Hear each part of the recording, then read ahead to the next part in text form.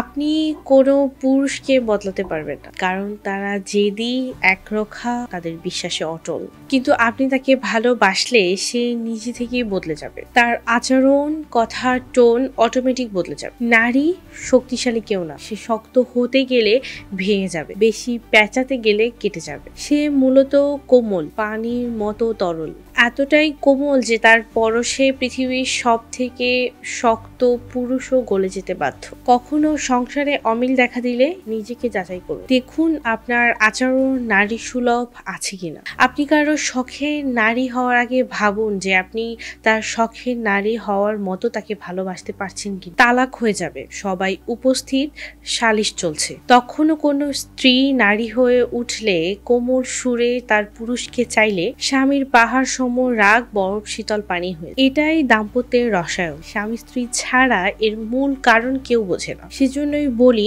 সমস্যা হলেই মায়ের কাছে ফোন নয়, বরং আপনার পুরুষকে বুঝুন। সে বাহিরে থাকে, টাকা ইনকাম করে, বহু রকম পুরুষের সাথে তার ওঠা বসা, লেনদেন। কোনো কারণে তার মেজাজ বিক্ষিপ্ত হতেই পারে। নারীর কাজ যতই কঠিন হোক না কেন, সে সমাজ ফেস করে না, ফলে নিজেকে সংযত ও নিয়ন্ত্রণ করে রাখা তার পক্ষে সম্ভব। তাই আপনার পুরুষ বাইরে থেকে এলে তার যত্ন নিন। চেহারা ফ্যাকাশে দেখালে তখনই কি হয়েছে জিজ্ঞাসা না করে তাকে পানি দিন। বলুন একটু গোসল করে আসেন, খাবার দিই। পরে মাথা ঠান্ডা হলে তাকে জিজ্ঞেস করুন কি হলো। পুরুষ কখনো জেতে, কখনো ঠকে। আর জেতাটা যেমন এনজয় করেন, ঠকাটাও তেমনি মেনে নিন। সে কোথাও লস করেছে বলেই যে তাকে বকাঝকা করবেন, ব্যাপারটা এমন নয়। হেরে যাওয়ার অনুভব তারও আছে, বরং সাপোর্ট দিন, সহজ হয়, সময় বুঝে পরামর্শ দিন।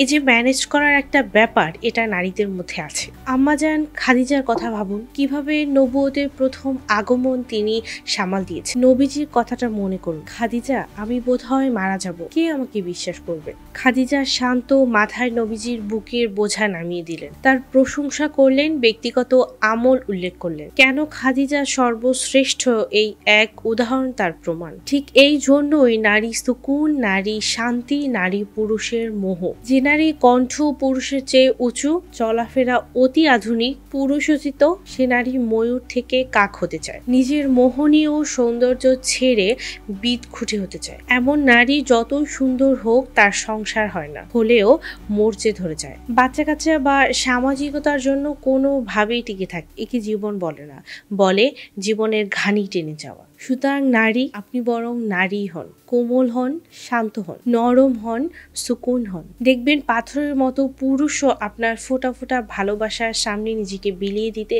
বাধ্য হবে।